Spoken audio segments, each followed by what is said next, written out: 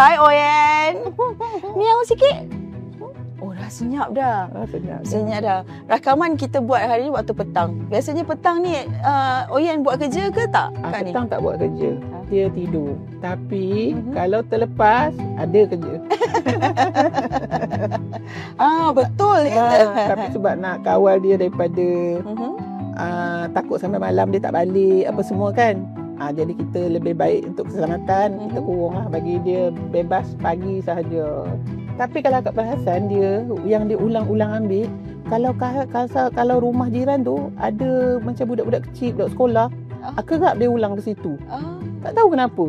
Hai, jangan lupa saksikan podcast MG bersama saya dan juga si Oyen ni, pencuri selipar. Semuanya dalam podcast MG.